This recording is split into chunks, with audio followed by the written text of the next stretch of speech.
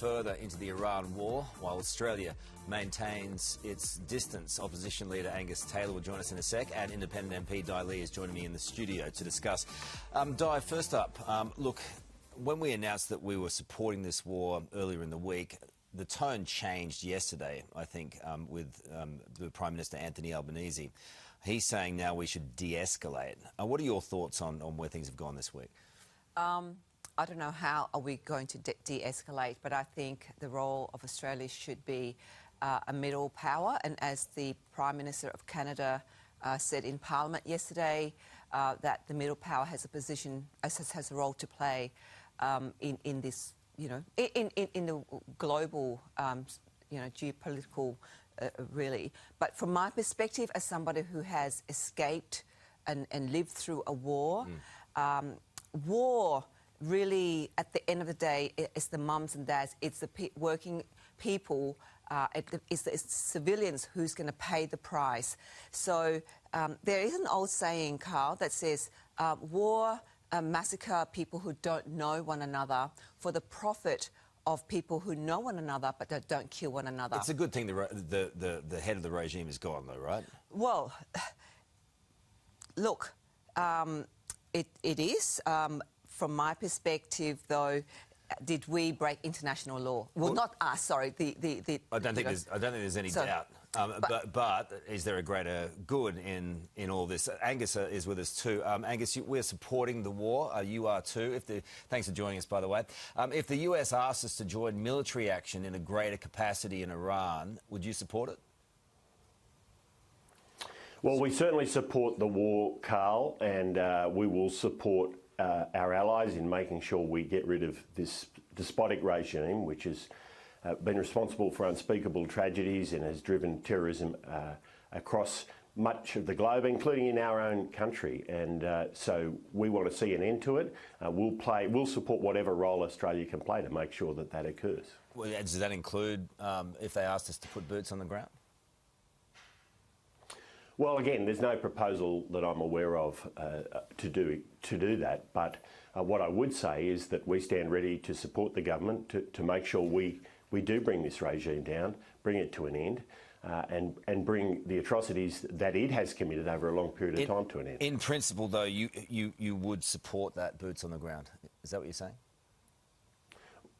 Well, look, there's no firm proposal, Carl, but what I would say is that if a proposal is put, we will give it serious consideration alongside the government. And as I say, I mean, the fact that this is a regime that committed recently 2 terrorist acts in our own country tells you something of what it is. Okay, we'll get on to in our country, here in Australia. Yeah, we'll get on to the ramifications of all that back home in a second. But the heat is on the government to help Aussies get home. A logistical nightmare. I think everyone agrees on that. But we are hearing this morning about this Etihad flight home from the UAE to Sydney, landing in about 5 hours. And if you have a look at these shots, it's half empty, which to me, there we are right there. I mean, if you have agreements with airlines to come into the country and out of the country, I would have thought that... Be filled. Yeah. What do you think about that, Di? Filled? I mean, I don't know, why that's not filled if we are trying to evacuate people. And I know that we have been told that if we had people who are stranded and who are desperately trying to get out of Iran, that there is support for them to fly back here. So that is surprising to see that it's an empty flight, at this stage. OK, Angus, let's talk about generally... Actually, I'll just get you on that quickly. I mean, I'm not sure how this works, but you'd think if an airline is coming out of that particular area of the world right now and how much heat is on, that at least alert authorities that they've got spaces. You would have thought so, Carl. I mean, there's a lot of questions there. Yep. I can't answer them, but we do know there's a lot of people there trying to get out. Yep. OK.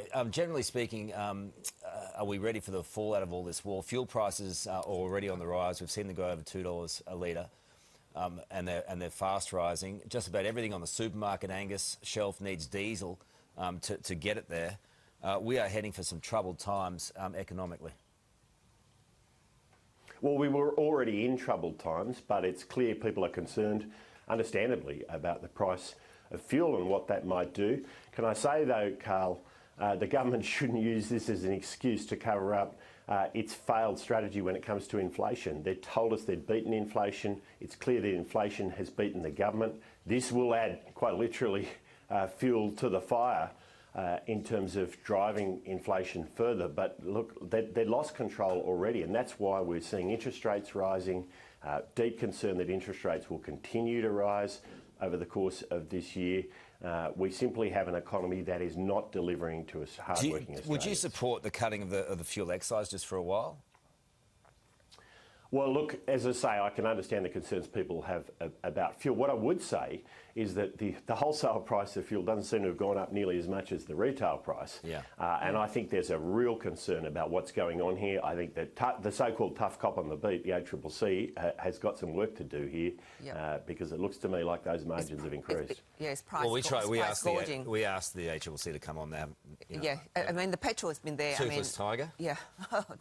Yes, absolutely. We need to do something about it because this is going to really hurt families in Western Sydney. You know, as you said, cost of living has gone up and this is going to add more to it. I guess at the end of the day, as we head towards the budget, all this pressure is going to be mounting, Angus, and the pressure is going to be mounting on the government to supply some relief for Aussie families, and that goes back to spending more. Well, but the trouble with this government is they've been putting a Band-Aid on a bullet wound for almost 4 years now, Carl, and it hasn't worked. We were told that inflation was beaten. Well, the government's been beaten by inflation. We were told interest rates weren't going to go up. Interest rates have gone up. We were told that we were going to see our standard of living go back to where it was before they came to government. It's not. 10% behind peer countries, similar countries. So, look, the economic strategy has failed.